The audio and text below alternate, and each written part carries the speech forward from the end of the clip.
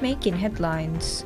HPA reports 78 cases of chikungunya in the past month alone, highlighting the urgency of preventive measures.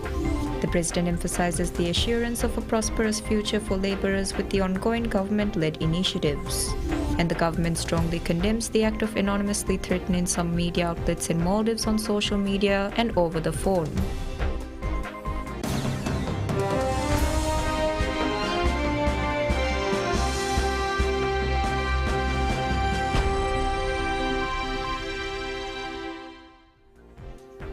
Welcome to the English News. I'm your host Malak Ahmed Fayaz. Now for the news in detail.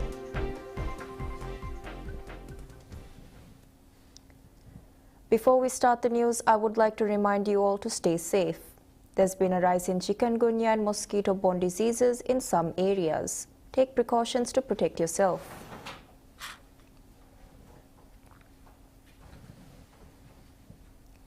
Mosquito-borne diseases, particularly prevalent during the rainy season in the Maldives, pose a significant health risk to the population. The Health Protection Agency HPA has reported 78 cases of chikungunya in the past month alone, highlighting the urgency of preventive measures. Chikungunya, transmitted by the Aedes mosquitoes, shares vectors with diseases like dengue fever. Symptoms usually begin 3 to 7 days after an infected mosquito bites you. Certain age groups, including newborns infected around the time of birth, elderly people and people with medical conditions such as high blood pressure, diabetes or heart disease, are impacted more severely. Therefore, it is important for people of this age group to take measures to protect themselves from mosquitoes when outdoors. Preventing mosquito bites is paramount, especially during peak activity times in the morning and evening. Community-wide efforts to eliminate breeding sites and promote awareness of preventive measures are essential in combating mosquito-borne diseases. By adopting these precautions and fostering a culture of vigilance, individuals can safeguard themselves and their communities against the threat posed by chikungunya and other mosquito-borne illnesses.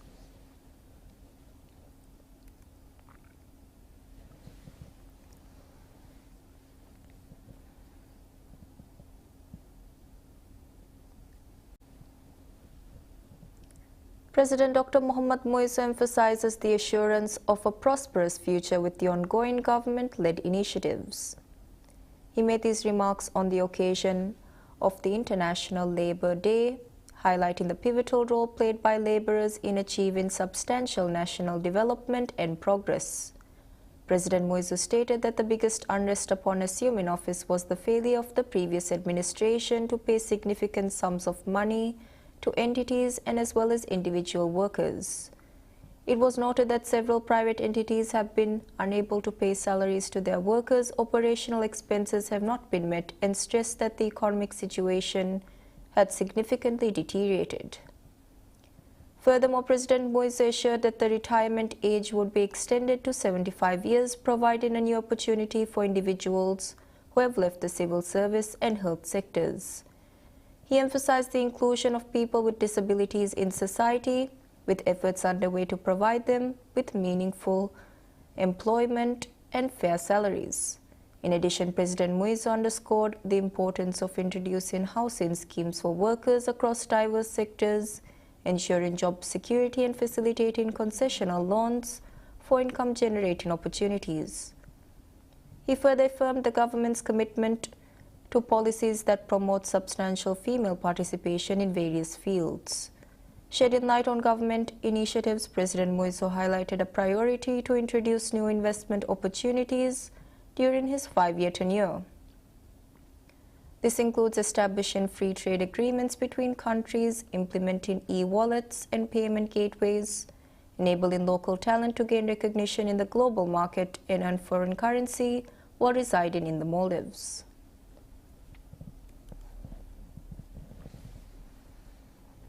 May 1st every year marks Labour Day or May Day, a global observance dedicated to advocating for workers' rights. This year's theme revolves around ensuring safety and health at work in a changing climate. The origins of International Labour Day trace back to a tragic incident in London on May 4, 1886, when a peaceful workers' demonstration was violently disrupted, resulting in the loss of lives, including 7 police officers and 4 civilians. The event galvanized the movement for workers' rights, leading to the establishment of May as an internationally recognized day for their advocacy. Various initiatives have been undertaken worldwide to commemorate this day, prompted many nations to enact legislation bolstering occupational safety standards and defining specific working conditions. Initially, political parties and labor unions spearheaded at the observance, with formal recognition of Labor Day in the Maldives occurring in 2011, accompanied by legislative support and the establishment of relevant authorities. In the Maldives, where Labor Day has been officially recognized for over a decade, President Dr. Mohamed Muizzu has pledged significant measures in support of workers' welfare during his tenure. It includes the development of special policies to facilitate the return of healthcare professionals who have left service, as well as initiatives to reintegrate former civil servants. In addition, the government has implemented salary adjustments for personnel in sector such as the Maldives Police Service MPS and the Maldives National Defence Force MNDF to safeguard their rights. President Dr. Muizzu has further committed to salary increments across all sectors during his term and has assured protection for employees voicing criticism against the government.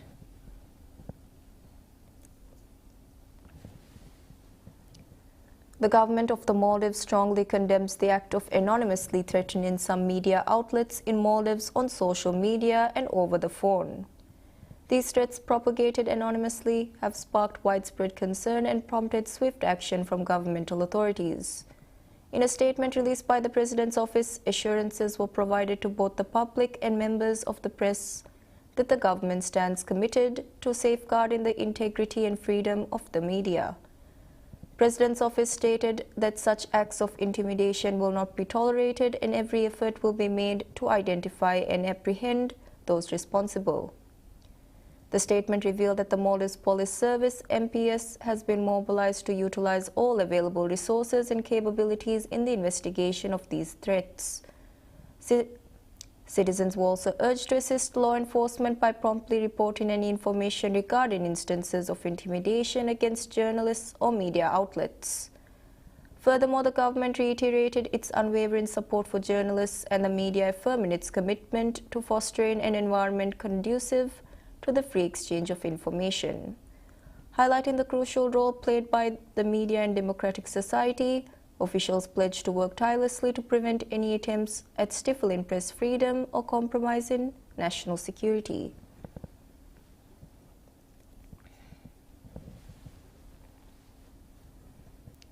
The spouse of the Vice President Aishat Afreen Mohammed emphasizes the importance of reducing screen time for children during the school annual holidays.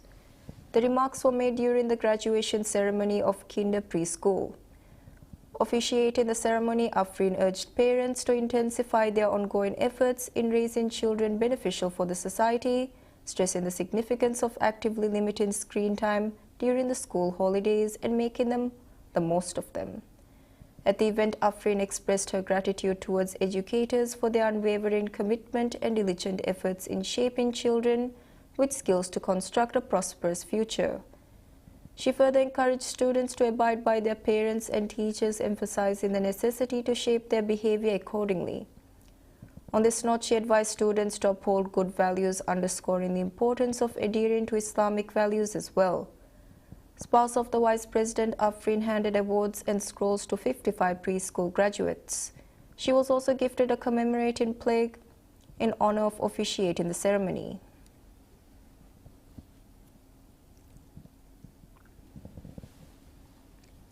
Former Vice President Abdullah Jihad is appointed the chairperson of the Maldives International Financial Services Authority. In a post on social media, Minister of Economic Development and Trade Mohammed Saeed announced the appointment on social media, highlighting President Dr. Mohamed Muizzu's decision. He also emphasized collaborative efforts across various agencies to bolster the economy and achieve the vision of the President. The establishment of the Maldives International Financial Services Authority, mandated by President Dr. Muizzu under Article 116 of the Maldives Constitution, signifies a strategic move to enhance financial services. It includes both onshore and offshore financing as outlined in the Special Economic Zone Act. The agency operating under the Ministry of Economic Development and Trade is tasked with developing the legal framework for financial services and fostering the growth of onshore and offshore development banks alongside international financial centers. Its broader mission includes research in modern solutions to legal and administrative barriers hindering the financial markets, advancement and promoting a competitive financial ecosystem in the Maldives.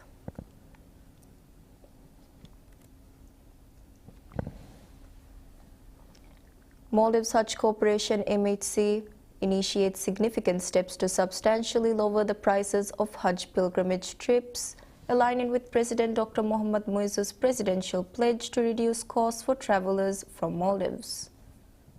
In a post shared on social media, Managing Director Mohammad Shakil announced the establishment of the Hajj Fund, aimed at reducing pilgrim expenses while creating income-generating opportunities for the corporation, thus strengthening the financial stability.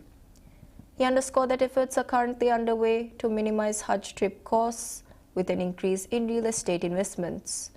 Minister of Islamic Affairs Dr. Muhammad Shahim Ali Saeed affirmed that restructuring the Hajj Corporation would substantially decrease Hajj pilgrimage rates.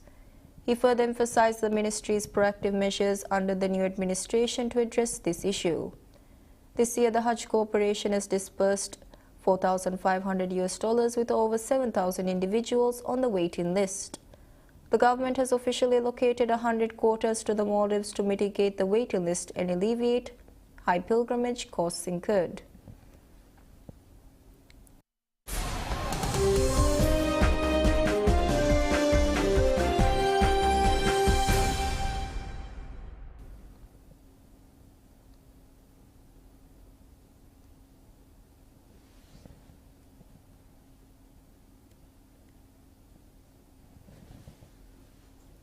State Trading Organization STO announces a profit of $291 million for the first quarter of this year, marking a notable 12% increase compared to the previous quarter.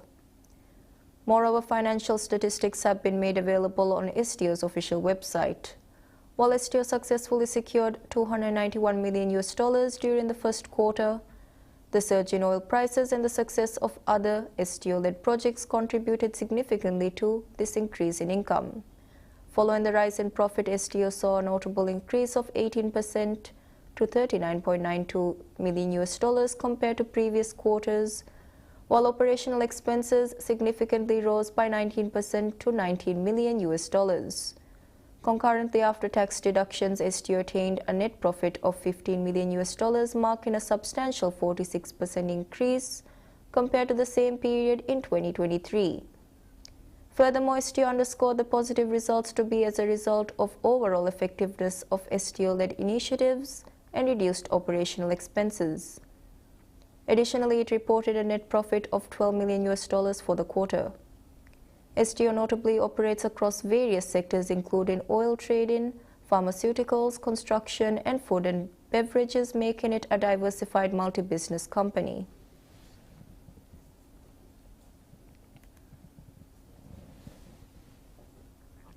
Maldives Transport and Contracting Company MTCC records a revenue of $43 million for the first quarter of this year.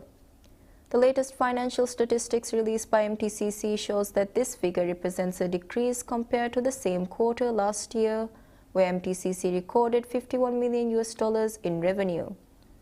The company also recorded a profit of $340,000 for this year, with operational profits amounting to $2.7 million and net profits at $399,000, lower than anticipated. MTCC attributed the decline in pre-tax revenue to the significant increase in world commodity prices, impacting its supply chain and leading it to increase foreign exchange expenditure. However, the company stated that measures have been implemented to address these challenges.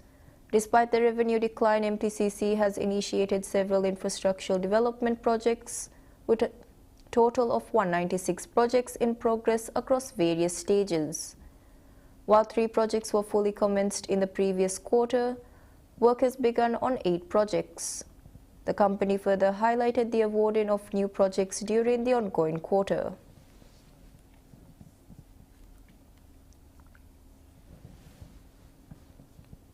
E-commerce titan Amazon says profit in the first 3 months of 2024 tripled as its cloud ads and retail businesses thrived. Amazon shares were up 1% in aftermarket trades that followed release of the earnings figures, with Wall Street keeping a close eye on the impact of AI as well as costs involved. Amazon chief executive Andy Jassy said in an earnings release that it was a good start to the year across the business. The Seattle-based company reported $10.4 billion in profit on revenue of $143.3 billion compared with a profit of $3.2 billion on $127.4 billion in sales in the same period a year earlier.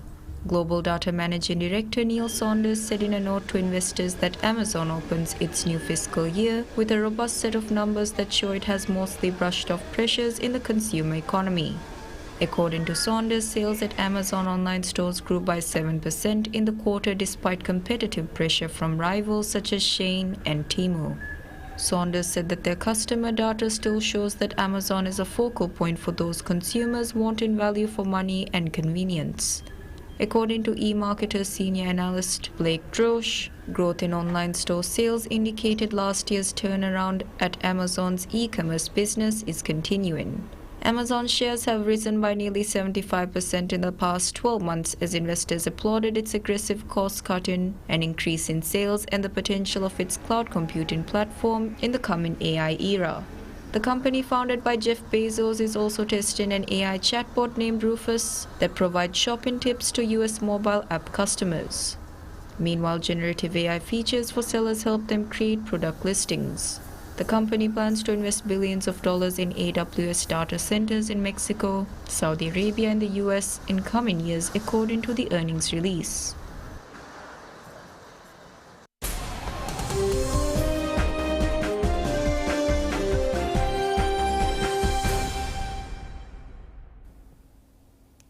United Nations Chief Antonio Guterres urges Israel not to invade southern Gaza's Rafah city after the Israeli Prime Minister said an offensive would go forward regardless of a pending hostage deal with Hamas.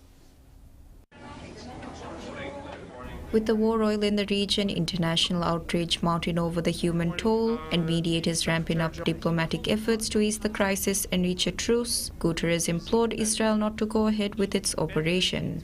The Secretary General told reporters that the military assault on Rafah would be an unbearable escalation, killing thousands more civilians and forcing hundreds of thousands to flee. He added that such an operation would have a devastating impact on Palestinians in Gaza, with serious repercussions on the occupied West Bank and across the wider region. The latest Guterres warning follows Prime Minister Benjamin Netanyahu's promise that the Israeli army will launch a ground offensive on the Gaza Strip's far southern city of Rafah, with or without a truce deal being agreed with Hamas.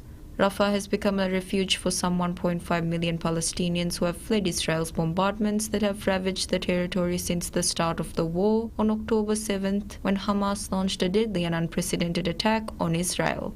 But Netanyahu has pledged to destroy Hamas, and he said the Israeli army stopping the war before achieving all of its goals is out of the question. Guterres implored Israel and the Palestinian Islamist movement Hamas to reach a truce now and reiterated his call for Israel to allow more humanitarian aid into Gaza, including through the UN Agency for Palestinian Refugees, or UNRWA. The Secretary General also expressed alarm over reports of mass graves discovered at Gaza's 2 main hospitals, along with allegations those buried there were unlawfully killed. Hamas's October 7th attack on southern Israel resulted in the deaths of 1,170 people, mostly civilians, according to a reported tally of Israeli official figures.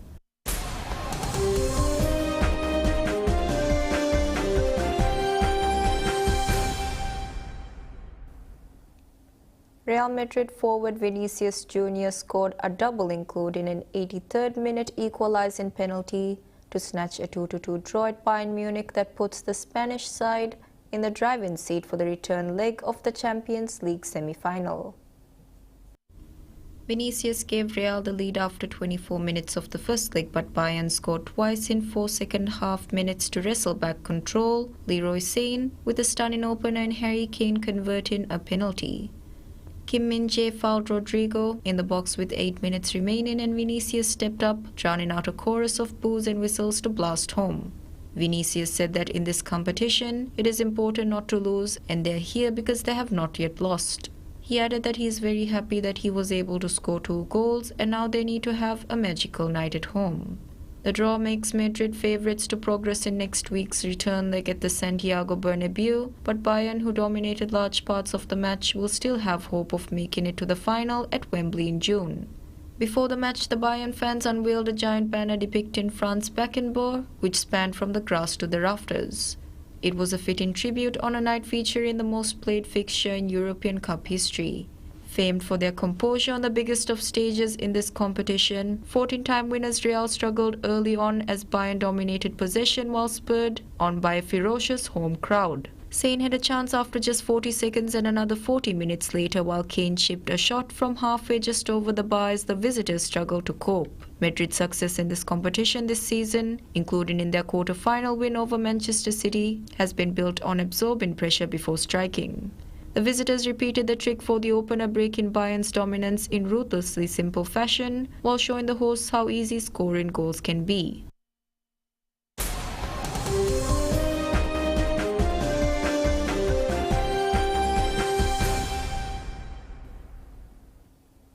Microsoft says it would create Thailand's first data center region to boost cloud and artificial intelligence infrastructure, promising AI training to more than 100,000 Thais to develop tech. Bangkok is a key economic player in Southeast Asia, but it has lagged behind Indonesia and Singapore when it comes to the tech industry. Microsoft chairman and CEO Satya Nadella said in Bangkok that Thailand had an incredible opportunity to build a digital-first AI-powered future. Data center regions are physical locations that store computing infrastructure, allowing secure and reliable access to cloud platforms. Nadella said that their new data center region, along with the investments they are making in cloud and AI infrastructure as well as AI skilling, build on their long-standing commitment to the country.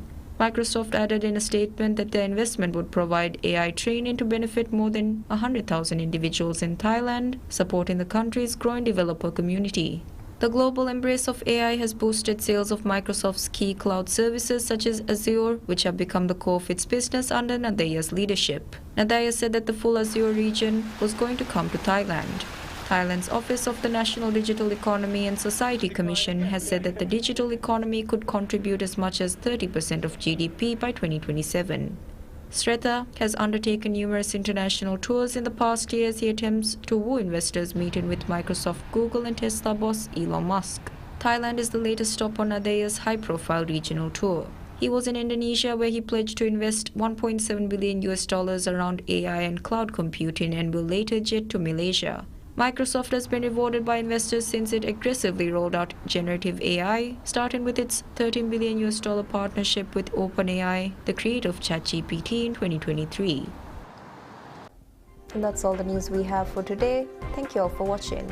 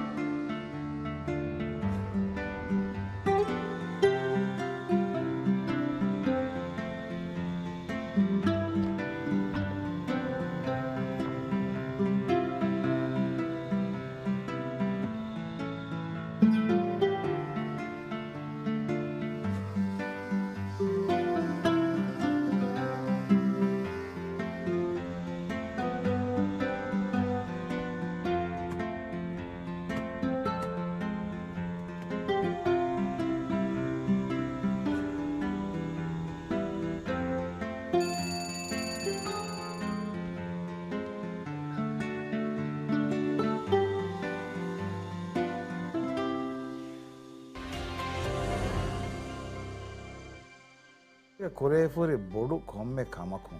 gitu agun fahak kura gotuga TV Maldives duhirajya gada ami wasilette gotum higa badalen asa agun deke gotuga miedu agun hanghar fahum me channel baala telefon masekura befunna tikura hibara agun warabada tawrif kura enos air agunge me sekundiga e vision ini me channel me hanghar waruga me bar ma mati gonna hagege namoga kitam mihun hama social media beenun ecche kiyenunto kommedo philosophy gendeto kommedo